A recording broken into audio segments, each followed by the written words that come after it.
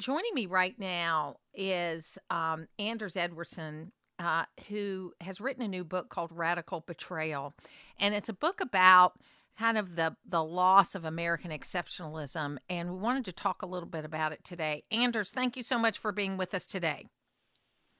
Thank you, Martha. Thank you for having me. So tell us about Radical Betrayal. Why'd you decide to write it, and what do you hope people get from it? Well, if you allow me to speak for 2 seconds so people can hear my very clear Boston accent.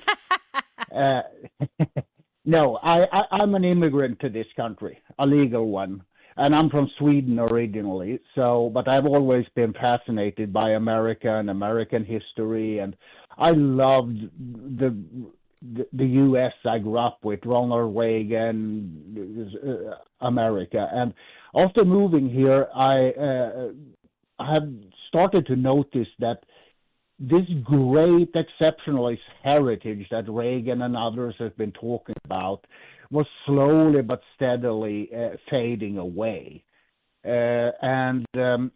I used my PhD studies in politics up in D.C. to drill deeper in this, and it ended up in a dissertation that is so long and boring that no one will read it, not even my mother. But this book is like the essence of it, and it basically, the story tells itself in the title and subtitle. Radical Betrayal, how liberals and neoconservatives are wrecking American exceptionalism. Because to make a long story short, American exceptionalism, which just 50 years ago, I would say probably 90-95% of everyone, Republican, Democrat, left, right, rich, poor, embraced that it was something special with America, and that the founding fathers had done a good job. This heritage has been betrayed by radicals on both the left, first and foremost, but also on some on the right. And every nation needs a founding story, a narrative to keep people together, especially a diverse nation like the U.S. And American exceptionalism was this story, this collection of stories and feelings, and that all united us. And the last 50 to 100 years, the left has taken off so far to the left that they left America, as Reagan said. And on the right, exceptionalist rhetoric has been corrupted by warmongering neocons. So today we are two nations in one.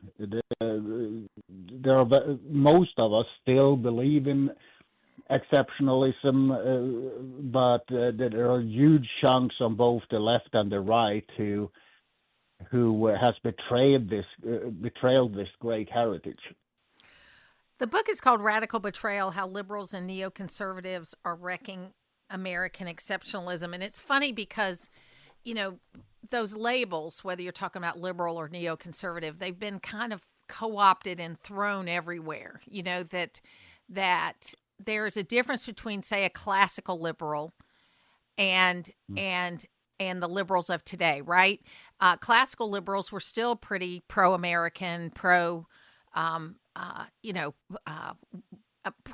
exceptionalism, all of that. But then this new class of liberals don't really understand what our history is. And the same thing with, whatever neoconservatives are. I mean, I've been called a rhino, a neoconservative, all these names because there's a faction of us. And I want to know what you think about this, that if you don't agree 100%, then you have to put a label on somebody. And I'm a conservative. I'm a triple threat conservative. I'm a national security conservative. I'm a social conservative, and I'm a fiscal conservative. I think there are a lot of people out there that don't understand what conservatism is, but yet they claim it. And that's part of the problem.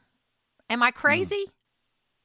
No, absolutely not. You are completely correct. Because But to start with the liberal label, as you said, classical liberals is something completely different than what we call liberals today. They were small government, low taxes, few regulations, free trade, and general peace. They were a lot of the founding fathers would, with an ideological measuring stick, probably have called themselves classical liberals, like Adam Smith and even Edmund Burke. Smith and Burke belong to the same party over in England. So what we call classical liberals today is essentially a form of conservatives, policy-wise. Then there are some philosophical differences, but we don't need to go into them today. Modern liberal, or what we call liberal today, that's a completely corrupted term. Liberal means, it's a Latin word meaning freedom, or want to being free. And I mean, the Democrats today and the left are working for anything but freedom on all levels of society. So it's like calling a pig an ostrich. But they stole that label 100 years ago, and well, the labels are not so important. So, but they are definitely not liberal in the classical sense of the word. Absolutely. So, what do you want people to glean from this particular book? Because I think not only is it American exceptionalism, but we have lost our ability to take risk. We have lost our ability of, and with that comes possible failure, right? Taking risk means you might fail. Mm-hmm. But we've created this world where you can't admit you're wrong. You can't fail. But we all know in the real world, those things happen. Absolutely. And I mean, I don't really know, snowflake society we live in today. It's so cushy and soft and protected, that just as you imply, if it continues, we will all end up in some kind of mad rest room, probably, because we don't are prepared to take any risks. And without risk taking, there will be no progress. Economic growth will stop when people don't dare to take the step and start new companies and come out with new inventions and all that. So this padded society we have today, where everyone is supposed to be nice to each other all the time and sit and worry about the climate, it will not work in the long run. It's just a wussy variant of the Soviet Union, where everything was also forbidden and controlled by the government. So,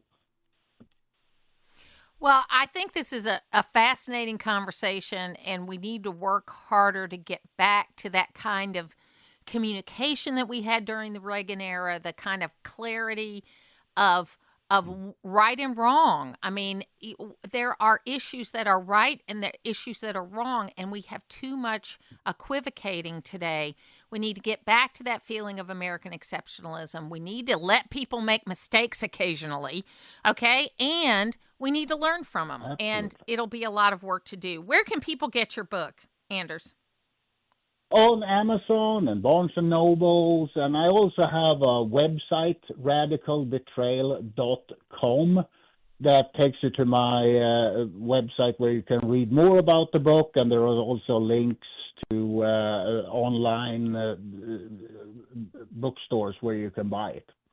Well, I look forward to completing the book. I'm partially there, and I look forward to talking with you again. Thank you so much for being with us today.